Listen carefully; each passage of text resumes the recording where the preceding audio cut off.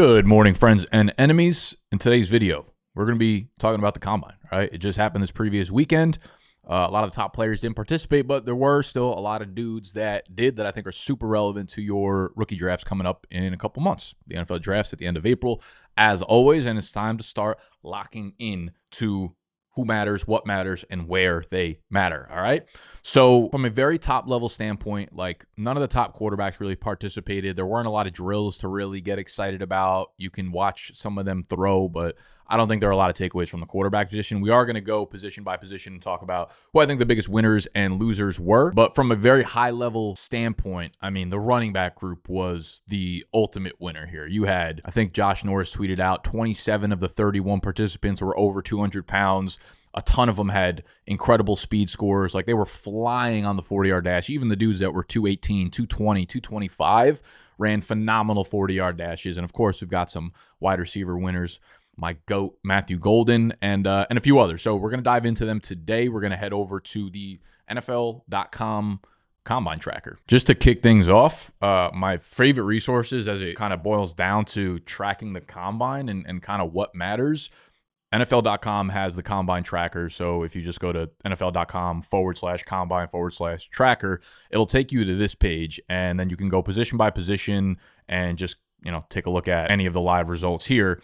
It's kind of interesting too, because they have the top performers. So this is the top performers basically of all time. So something I'll just kind of point out, and obviously this is a little bit unorganized right now, but if you go to the broad jump from the running backs of yesterday, you'll kind of see these numbers, and I don't know if they mean much to you. If you go to top performers, RB, broad, you'll see the best performers, I guess, since they've ever tracked the NFL combine. Because as you can see, there's guys going back to 2008. I want to say they started tracking like 2003 or 2004 or something like that. But the point being, if you take a look down the list a little bit, you will see of the top 1, 2, 3, 4, 5, 6, 7, 8, 9, 10, 11, 12, 13 broad jumps. Since they've been tracking the NFL combine, 4 of them were from this class this weekend. Quinshon Judkins out of Ohio State, DJ Giddens out of Kansas State, omarion Hampton out of North Carolina, and bhayshul tuten. Bhayshul, is it Bhayshul or Bhayshul? I'm not really sure, so I apologize if I just destroy this guy's name. Yeah, really good broad jumps for the running backs, really good overall performances. One of the other really, really cool resources here is this Combine IQ that I did not know that they actually had going on the website. I don't know if this is new or they just kind of haven't really marketed it much, but this is like a very, very high-powered number data set for you. So they'll give you the stuff where like you see on AWS, Amazon, where it's like, oh, his top speed. So it's interesting because if you look at some of the 40-yard dash times, if we go to day 3, which is like the wide receivers, the skill positions, etc.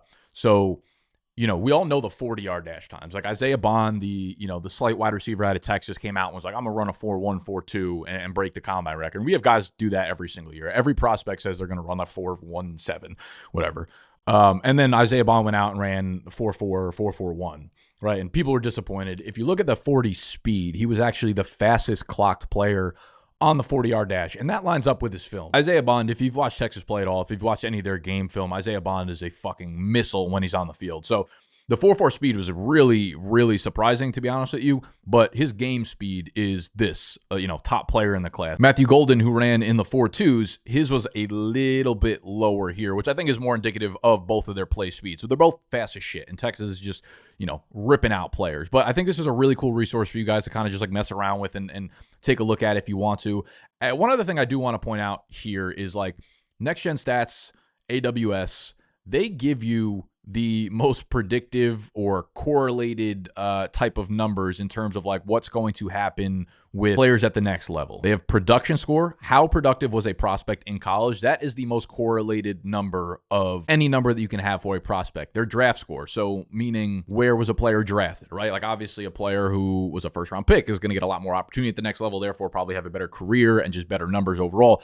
Athleticism score ranked all the way down at 5th. I don't know what 3 and 4 are, but I think this is just like more telling. AWS, they are one of the most powerful tech companies in the world. They have the most powerful algorithms in the world, and they are telling you, right? Some guy on Twitter can put an Excel sheet together and tell you what's correlated, what's not correlated, with very little context, and just like kind of trying to get his name out there and just like put numbers to whatever the case may be. And, you know, this I feel like is extremely telling, to the point where you have AWS, Amazon, NFL, next gen stats literally telling you that athleticism score is pretty far down the correlation ranks here. All right. So I just want everybody to understand that when it comes to combine numbers, when it comes to, you know, running the 40-yard dash, when it comes to all of these things, they are metrics that maybe could break a tie. They are metrics that kind of like exclude people from being an NFL athlete, but there hits a breaking point where, you know, again, like they have key thresholds here. A vertical jump over 35 inches is good. 38 is elite. 40 times faster than 4.6 for a 205-pound player, or a 4.55 under 205 pounds. So you have a receiver that comes in at 201, 201 pounds, runs a 4.54 or whatever. He's not going to look that fast, but I'm telling you, the smartest people on the planet are the ones putting these algorithms together and are telling you what's correlated. So just allow them to do the work for you and telling you that a lot of this shit doesn't really matter outside of excluding people from being real NFL athletes. So big fan of those resources. And then Player Profiler. This has obviously been a stay in the Dynasty space for a long time, but going to anyone's profile here on playerprofiler.com, you can see their workout metrics, like omarion Hampton, what he weighed in at, what he came in at. 6 foot, 221 pounds, ran a 4.46 40-yard dash, 94th percentile, incredible burst score. I mean, he was one of the biggest winners, and there were mock drafts of him going in the first round prior to the combine. I want to say that his odds of being a first-round running back are as high as they've ever been, and if I had to put money on one way or another, I would put it on Hampton getting into the first round, and probably comfortably. So I think what's a lot more predictable is when a dude can run a 4.46 and also weigh in at 221 pounds. Now, you see this list from Adam Schefter here, the best running back 40 times from the combine. You have a list of players that, for the most part, you know, don't even crack the top 10 in this class. You obviously have some good names, like Bhayshul Tuten, I think, really played himself into a solid end of day 2 draft pick. The kid out of Virginia Tech, really like his film. I think he plays a little bit more like powerful than he actually does with fast speed. Like, he obviously has very, very, very clear breakaway speed, and you see that on film, but he plays a little bit more like angry. He plays a little bit more like Kyron Williams, to be honest with you, than he does someone like Chris Johnson, in my opinion. But you have a list of these dudes like Jayden Blue, Brashard Smith, RJ Harvey, Montrell Johnson Jr., Trevor Etienne, DJ Giddens, all of those dudes, right? Like, they're the top 6 or 7 40-yard dash guys in the running back group. None of those guys are considered like very high prospects. I know there's a lot of hype around RJ Harvey. I'm not a fan of his game. Trevor Etienne is fine. He could be a committee back as well. But you'd have to go all the way down to, you know, Travion Henderson out of Ohio State to really get like pure raw speed being something that actually matters in a high value prospect right there. So just raw 40 times is not something that's really ever going to accumulate to being super predictive at the next level. But when you do get the full list of players together in terms of speed scores, which combines your 40-yard dash raw with, you know, your weight to gather this weight adjusted speed score, you could see there were 15 running backs with a 70th percentile or above speed score. And that's what we like to see. And there are a lot of really good prospects in this one. You have Tuten, but you have Hampton, you have Quinshon Judkins, you have Damien Martinez, Travion Henderson, Kaleb Johnson, Taj Brooks. So you have a lot of really good running backs in that group, and that's what we like to see. So if I'm going down the running back list and I want to talk about the biggest winners here, again, Tuten is a massive winner. If we go over to his page, 5'9", 206. So that's like, you know, that's legitimate size. He's not 198. He's not sub 200. He's above 205. A 4.32 40-yard time, 100th percentile. Speed scores up there. Burst scores up there.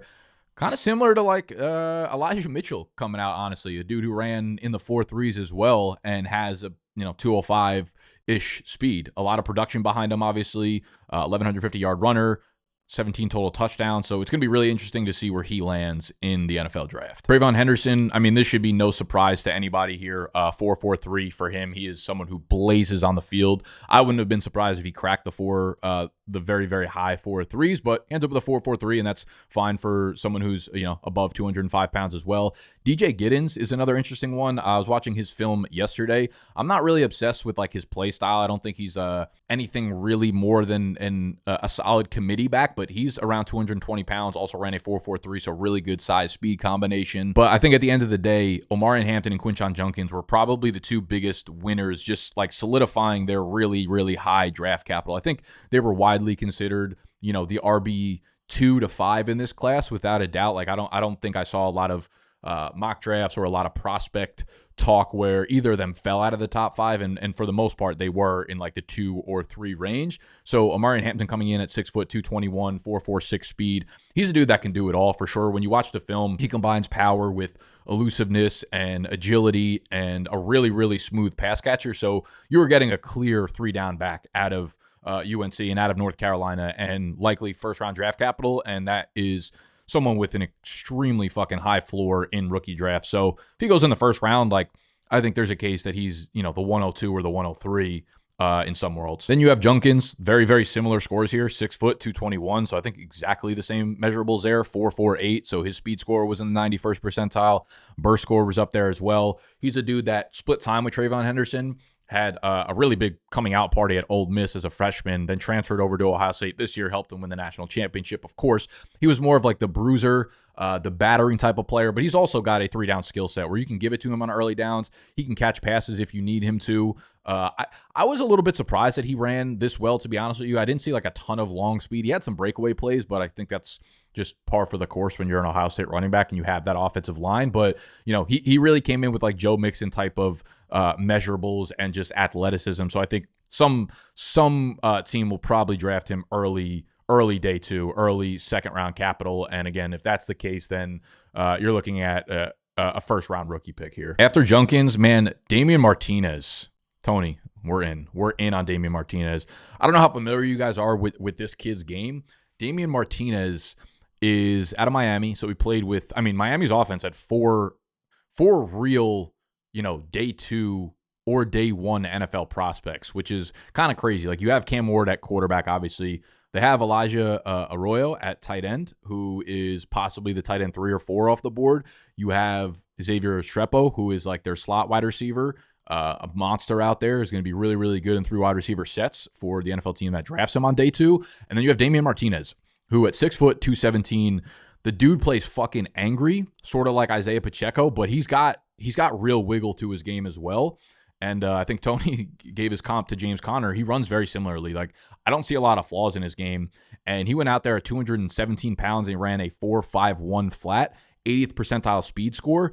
I am in love with Damien Martinez as a sleeper. I don't know how long he'll stay as a sleeper, but I don't think a lot of people really know his game or know much about him, given how strong the running back class is. He's kind of someone who gets thrown under the radar here. But Martinez, if he starts dropping into the 3rd round of rookie drafts, I will be drafting him there every single time. And I also want to say, like, I'm a huge fan of Kaleb Johnson out of Iowa, and I think he's going to be overlooked, and people are going to say that he's probably a loser of the draft. Here's the thing.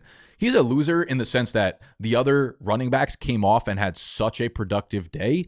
But in a vacuum, I like this. Best comparable player, Kaleb Johnson. Really went out on a limb there. 6'1", 224. Incredible size. He ran a 4.57, which is perfectly fine. We have a ton of running backs that are in that range, if not even slower, and have been wildly productive at the NFL level, whether it is James Conner or Josh Jacobs. And he is that type. He's elusive. He's powerful. He is agile. His speed score was still in the 73rd percentile. That's still very good. It just gets overshadowed because the other running backs in the class went crazy. I still think Kaleb Johnson is a very, very easy and clear day 2 pick, if not an early day 2 pick. Outside of that, we have Taj Brooks out of Texas Tech, who's like a pass catching back, but he is someone who ran a 4.52, and he is...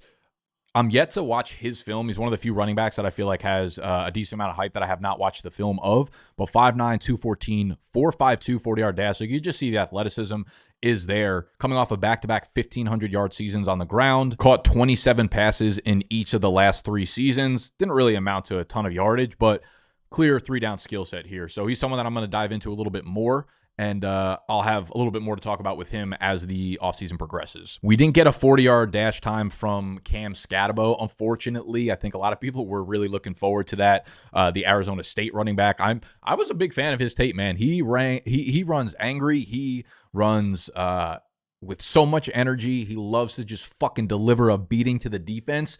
Very good pass catcher. He's just a football player, man. And I also thought, I thought his vision was good. I think he plays a little bit hectic at times. He'll probably need to cool down a little bit. But I thought he's not just a pure bruiser either. He's someone that can make dudes miss for sure. Like his elusiveness score, elusiveness rating was ranked very highly amongst his class. A lot of positive from him. I thought he had a lot of wiggle too. He can make guys miss through power and through agility. But again, he didn't run, which is a little bit concerning. He'll run at his pro day and we'll get better numbers from that. But he's a dude that doesn't run because he's probably running like the high 4.6s at this point.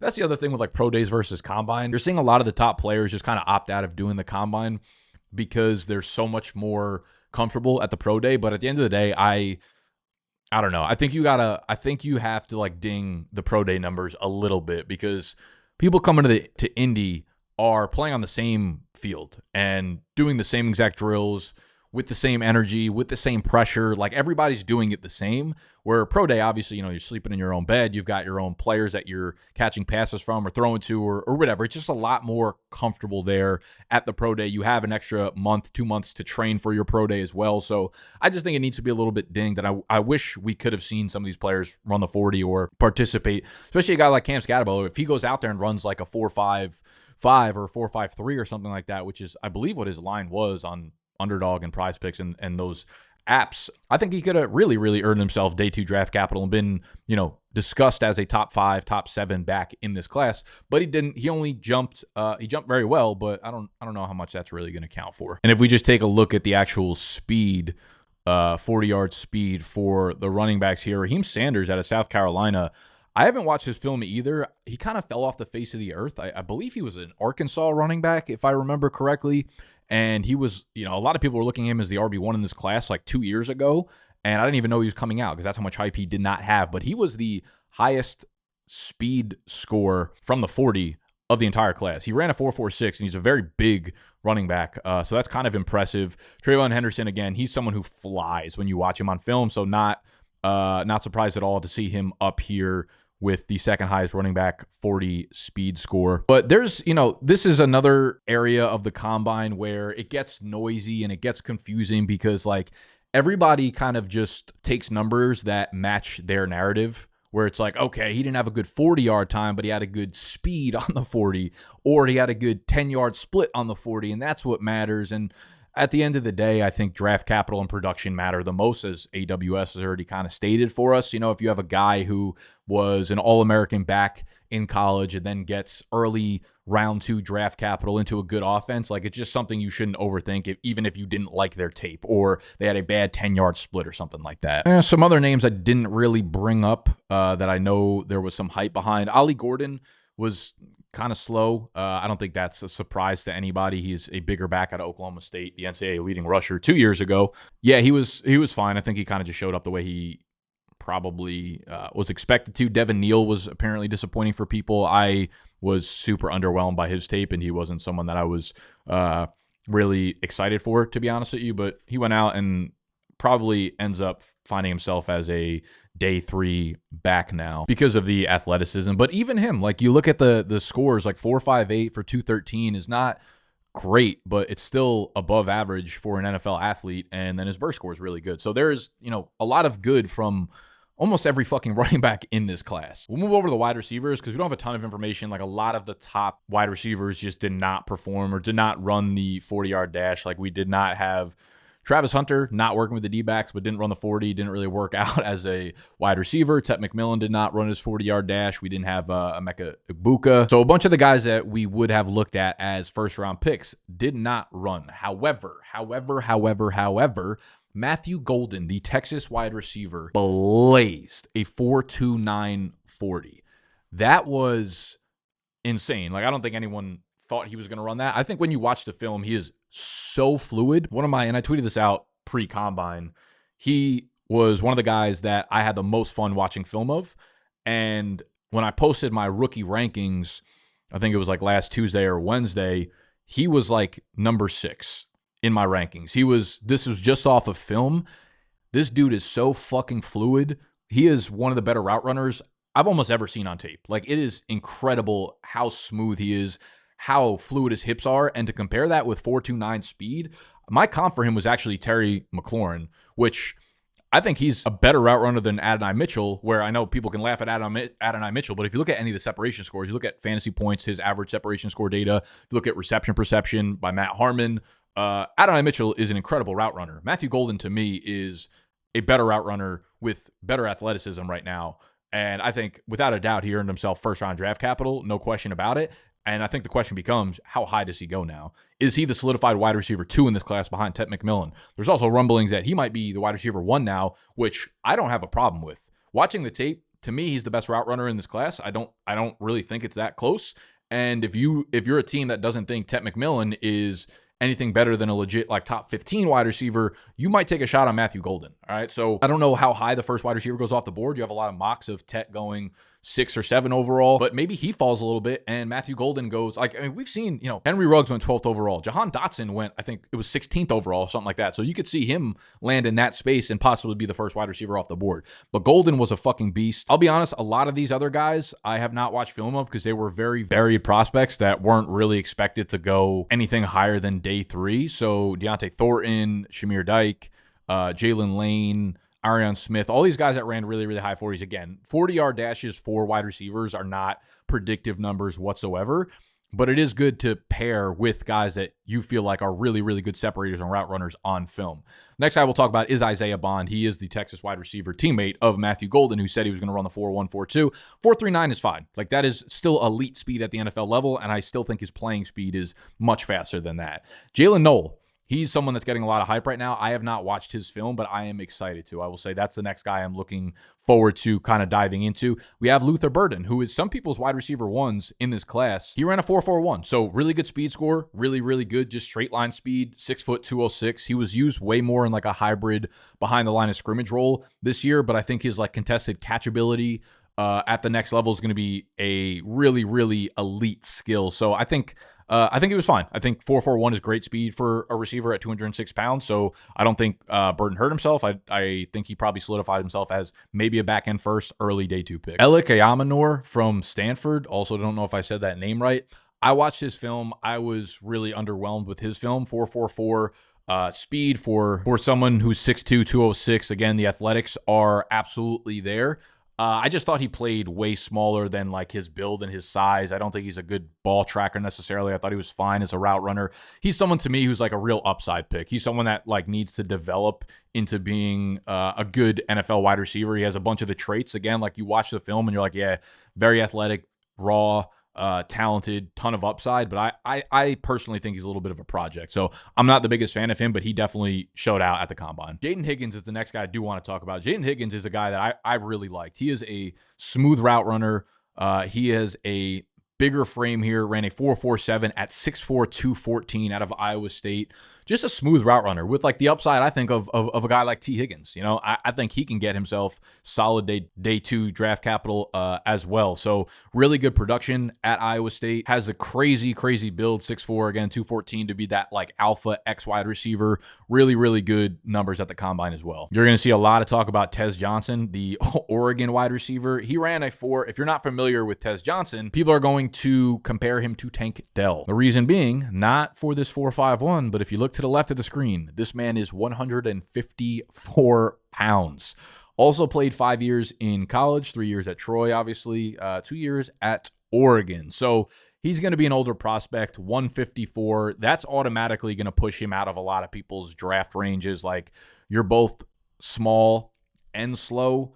That's something that people are just going to automatically write off. It's not too dissimilar from Tank Dell. Tank Dell does, it's crazy, but Tank Dell has 10 pounds, even more, like 11, 12 pounds on Tez Johnson, and a little bit faster too, but still 8th percentile speed score. Tank Dell was someone where when you watch the film, it literally looked like he was playing in gym class against other college athletes. Like, he just looked like an absolute gym class hero. So if you feel that way with Tez Johnson, and you want to make the comp, go for it. The last dude I would talk about is Trey Harris. I don't think he hurt his stock. He's someone that came in. I don't think anyone really expected him to have like blazing speed by any means. Trey Harris was like the wide receiver 4, 5, 6 in a lot of people's draft rankings, and I don't think this would change it one way or another. 6'2", 205.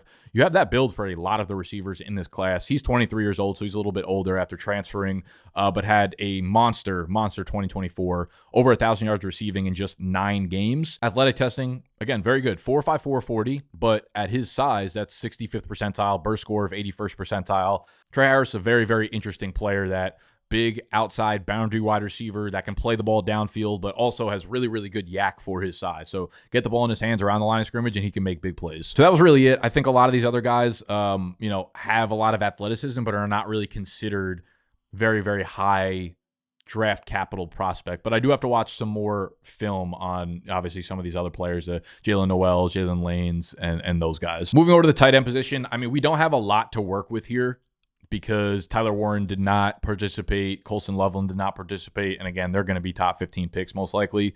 Both of them, love both of them. Tyler Warren is my guy. Next couple of guys that like people really, really liked were Harold Fannin Jr. Harold Fannin Jr., he's an interesting dude, man. If you watch his film, it looks like he's got weird hips, bro. Like it looks like he's hurt, or it looks like he just runs like very tight-hipped, but he's such a fucking beast at the point of reception. This number down here, 1,555 yards receiving, 117 receptions. He is a tight end, 6'3", 241 at Bowling Green, 20 years old. This number was not just number one amongst tight ends in the NCAA. This number, both of these numbers led all NCAA players, wide receivers included. All right. So he is an unbelievable statistical anomaly here. Harold Fannin Jr., 4.71 40-yard dash at 240 pounds, 50th percentile. So not overly athletic, but I don't think these are athletic scores that would really like push him down the board. I will say, like, had he run faster, if you give this guy with this production, 240-pound weight, he is not a blocker. He is a receiver. And I think you probably needed a little bit more athleticism for him to be the for sure tight end 3 in this class, behind Warren and Colson Loveland. So 4.71 gets you in that like average range of athleticism. Had he ran like a 4.66 or a 4.64, something like that, and his athleticism scores were like really high, he'd probably be an early round 2 pick for sure. So Fannin, I mean, if he's your cup of tea, he's just a great receiver, honestly, and he can move after the catch. Dudes just bounce off of him, similar to like a Jonnu or an Isaiah Likely, like in that mold. And then behind him, you had 2 other tight ends that I think people were really high on, and that was Gunnar Helm. And there's been news like he had an abysmal combine just from an athletic standpoint, but there is a lot of context behind it now that we see after the fact, like 6'5", 240, 4.8, 440. However, if you go watch the slow-mo of him running his first 40, he took off too early, so they shot the gun and said, you got to come back and rerun it. On that first initial 40-yard dash, he twisted his ankle badly and then did the rest of the combine with that injured ankle. And you could see the slow-mo of it. Like he really fucks it up. And then they posted in a picture afterwards, he did, of his ankle, and it's like the size of a softball. So for Gunnar Helm, I thought the tape was good. I don't think it was like, he's very, very good with the ball in his hands, very, very good at the catch point. He's like just a very, very solid receiver, kind of like a Jake Ferguson in that mold, where I think he was going to get day 2 capital. I'm going to hold off judgment on his athletic numbers completely until we get pro day numbers. He's someone that I'm okay allowing context to kind of dribble in, because when you see the ankle twist, when you see the pictures afterwards, that explains what happened at the actual NFL combine here. And then the last tight end I'm really going to talk about is Mason Taylor out of LSU. Now, he's widely considered one of the top 3 to 5 tight ends in this class, and he didn't really participate athletically. He did not participate athletically, but he came in at 6'5", 251, also just 20 years old right now, and he's just very highly looked at as a prospect in this class for being both a smooth pass catcher, route runner, and a blocker. He's like the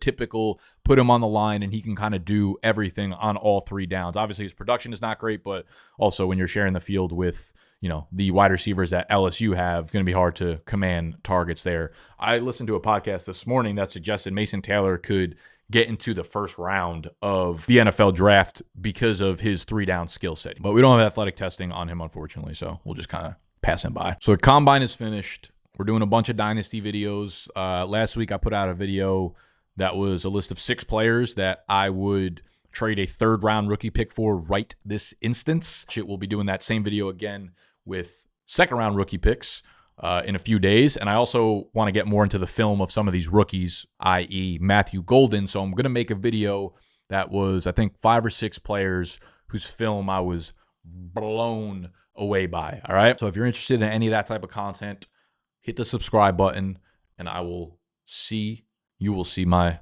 ugly mug when those come out. All right. I'm out of here. Smoochies.